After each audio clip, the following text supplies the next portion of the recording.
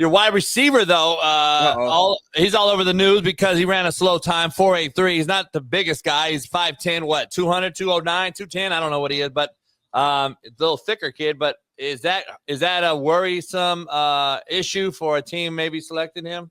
No, I mean, with X, he's one of those guys. You have to watch the film. He's incredibly productive, back-to-back 1,000-yard years. And look, he's a slot. He was never going to run a 4.3.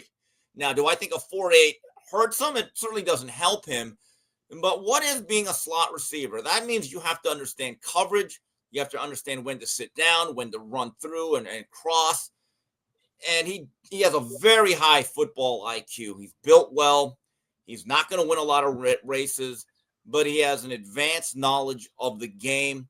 He has the ability to create separation in short area spaces. And that's really the key to being a slot receiver. Now, I would love to know what the testing numbers were for guys like Wes Welker, because I think he's a lot like him.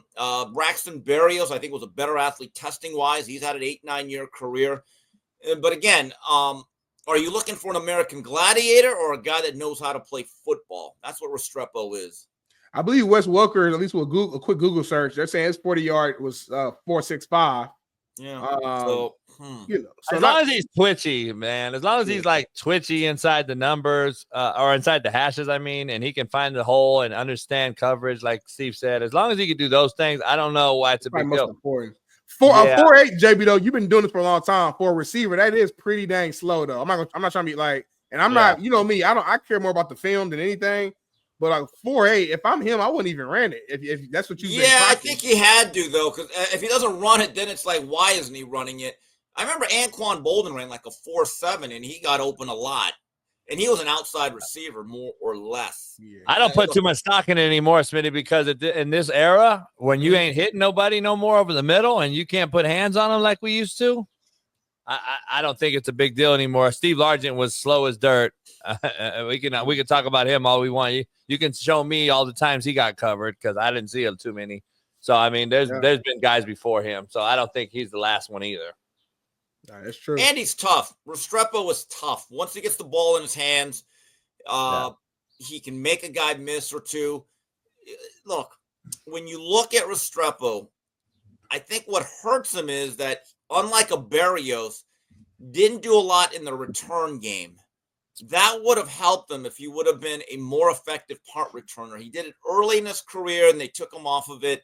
But again, it's hard to beat the production and understand what you're getting. You're not getting an outside receiver. You're getting a pure slot receiver who's going to work really near the hash marks, hook routes, going to sit down, option routes.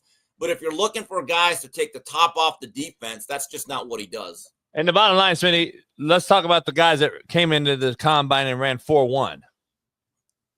They're fucking garbage. They're generally the biggest bust. So I'm just saying, I mean, John Washington. Ross, kid I coached in Long Beach, Jordan. I mean, yeah, he didn't do anything. And listen, we've had fast guys forever that we've all been enamored with in the combine, and they don't do anything. So it is what it is. I don't think this kid's going to do anything either, but that doesn't mean his career is dead. You know what I mean? Like, I don't think I think I will say one thing about Restrepo. For some reason, on the 7-on-7 South Florida circuit, everyone doubted him. Then when he got to Miami, everyone doubted him. Right. I don't know. Maybe I don't know why. I wonder why people doubt him. Anyway. He may have that it factor, you know what I'm saying? To where the numbers may not show it, pro day might not show it, but he just has that thing that you can't coach. Those intangibles that. But I'm gonna be honest. I think if we're gonna be honest, and we call up, and if I call Ryan Clark right now, I want to hear his take on it. But I'm curious to hear. He's a white boy that ran a 4.8. I would pretty much guarantee he falls. Well, I mean, how far does he fall? No one had him in the first round. I think the question is, how high would he go into the third day? Yeah. I think the 4 keeps him out of round 2. The question is, now look, I'm Tennessee and I take Cam Ward number 1, and I'm sitting there on the third day.